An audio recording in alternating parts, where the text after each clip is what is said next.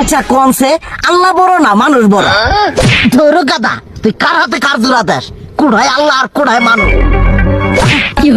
যেটা কবার কইছে ওইটা কন। আল্লাহ বড় না মানুষ বড়? আল্লাহই তো বড়। আল্লাহ বড়, তাহলে আল্লাহর কথা না হই না মানুষের কথা শুনেন কে? তুই কি কইতাছস? কি এর আল্লাহর কথা মানে না মানুষের কথা মানে? হ্যাঁ, কি আর মানুষের কথা শুনেন তাই না?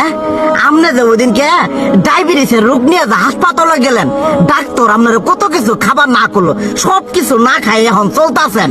তাহলে আল্লাহ যে আপনারে কইছে যে হারাম খাবার না, সুদ খাবার না, কই আপনি তো কাম কাজ বাদ দিয়ে এলাকার মধ্যে টাকা পয়সা না গায়ে খালি ওইলে দিয়েই খান। নিজেরা টিয়াও হালাল ভাবে কামাই করেন না, ওই সুদ তো না কয়টা টিয়া করে লাভ আহে ওইলে দিয়ে দিয়ে চলেন আর পেটা বড় বানাইছেন।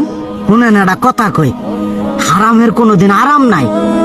হালাল পথে রুজি রোজগার করেন, প্রয়োজনে এড়া বেলা কম খায়েন, তাও শরীর পিণ্ডও ভালো থাকবো, কোনো রোগ বেদও হবো না, আরামও পাবেন, আল্লাহও খুশি থাকবো। তুই আমার এইভাবে বুঝাবি আগে কইলি না কে?